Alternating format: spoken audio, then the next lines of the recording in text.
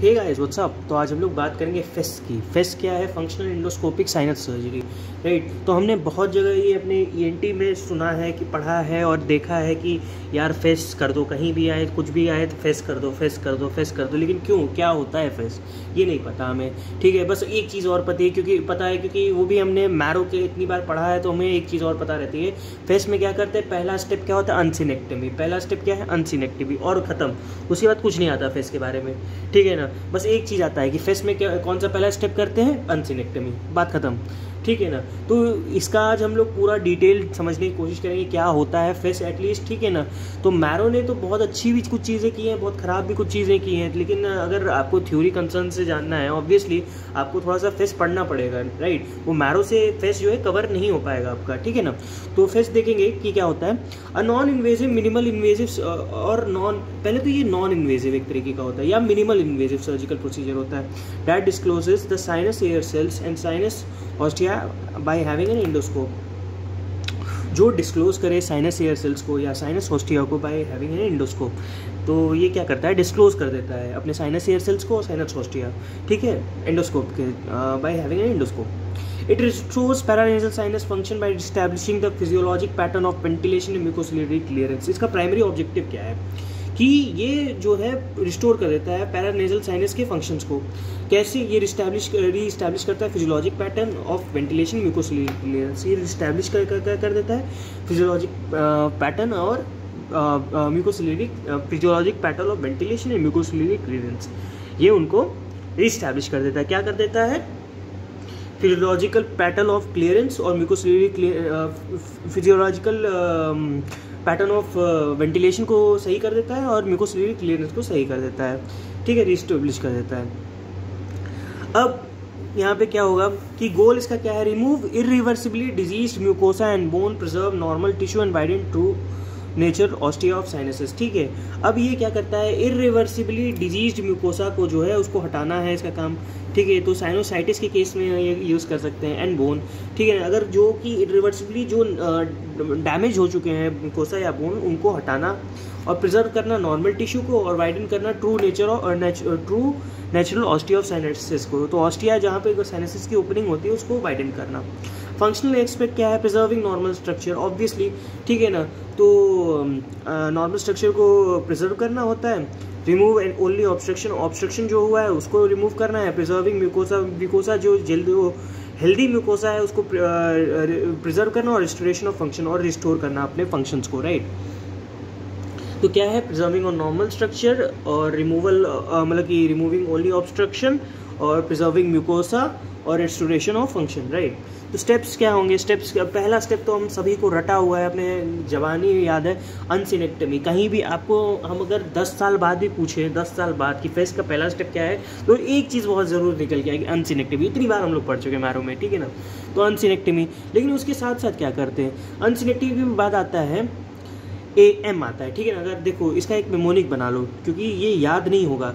AM PP SSF, खत्म। AM PP SSF अनसिनेक्टमी पहला तो प्रोसीजर याद है। फिर उसके बाद क्या करते हैं? एंटीरियर एथमोइडेक्टमी कर देते हैं, एंटीरियर एथमोइडेक्टमी, ठीक है। एथमोइड बोन को काट के हटा दिया।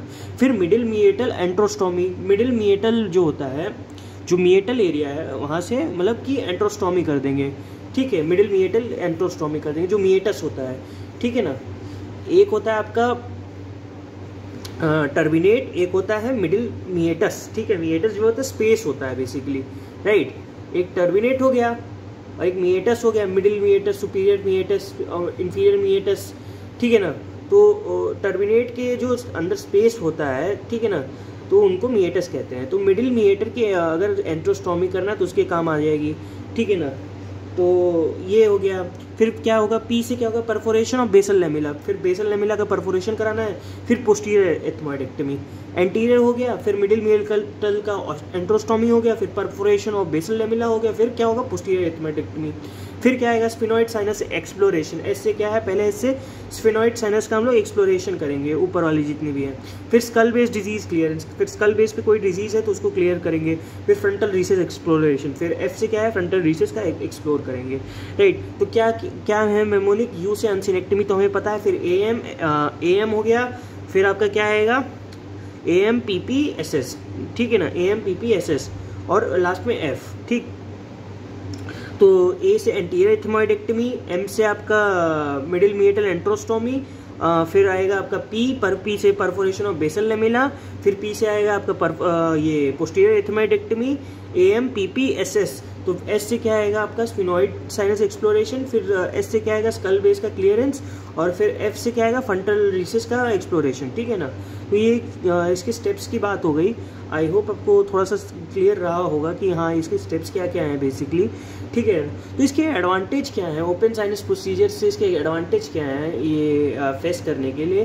तो ये बेसिकली सेफ है, ठीक है, ये बेसिकली सेफ है, सबसे बड़ा एडवांटेज ये सेफ है, और ये मिनिमली इन्वेजिव है। तो यहाँ पे कोई कट वट नहीं मारते अपन, तो ये मिनिमल इन्वेजिव है, right. Doesn't disturb healthy tissue, healthy tissue को ये डिस्टर्ब नहीं करता। ओपन साइनस सर्जरी में हैवी मतलब डिस्ट्रक्शन होता है, ठीक है ना, एक तरीके का। तो ये लेकिन ये वाला जो होता है ये डिस्टर्ब नहीं करता है हेल्दी टिश्यू को। Performed in less time with better management, ये बहुत ही कम टाइम में और बेटर मैनेजमेंट के साथ ये परफॉर्म हो सकता है। No visible signs that surgery has been perform, कोई विजिबल साइन नहीं होता क्योंकि सर्जरी जो है अंदर है, नाक की हो रही है, तो ऐसा कुछ हम लोग को विजिबल साइंस नहीं मिलता, ठीक है ना।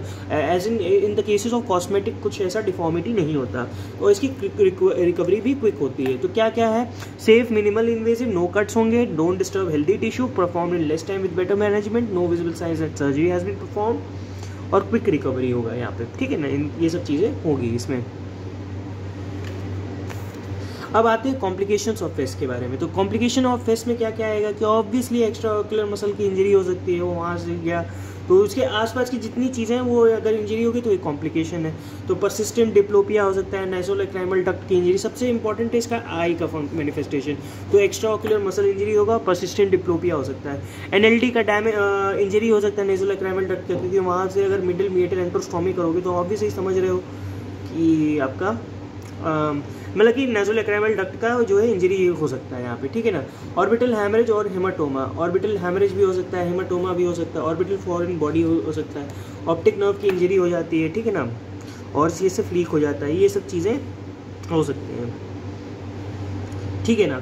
तो बेसिकली आपको दो चीज़ें तो हमेशा याद रखनी है कि एक्स्ट्रा ऑक्यूलर मसल की इंजरी और परसिस्टेंट डिप्लोपिया। इसके अलावा एक चीज़ याद रख लो, नासोलैक्राइमल डक्ट की इंजरी होगी, और नासोलैक्राइमल डक्ट बेसिकली कहाँ ओपन होती है, इंफीरियर मीएटस पे ओपन होती है, एंटीरियर 1/3 पोस्टीरियर 2/3 पे शायद से, और वॉल्व ऑफ हेस्नर पे, ठीक है ना। तो वो याद रखना उस चीज़ को। और ऑर्बिटल हैमरेज और हेमाटोमा जो होता है, ये ऑर्बिटल हैमरेज हो सकता है, हेमाटोमा हो सकता है, ऑर्बिटल फॉरेन बॉडी हो सकती है, ऑप्टिक नर्व की इंजरी और CSF लीक ये हो सकता है, ठीक है ना। तो आई गेस आपको ये थोड़ा बहुत समझ में आया होगा, और फेस आपको थोड़ा सा क्लियर रहा होगा कि क्या बेसिकली होता है, किस लिए यूज़ करते हैं और क्या इसका कारण है यूज़ करने का। तो आई गेस आपके लिए इतना काफ़ी होगा, और मिलते हैं आपसे नेक्स्ट वीडियो में, तब तक के लिए बाय।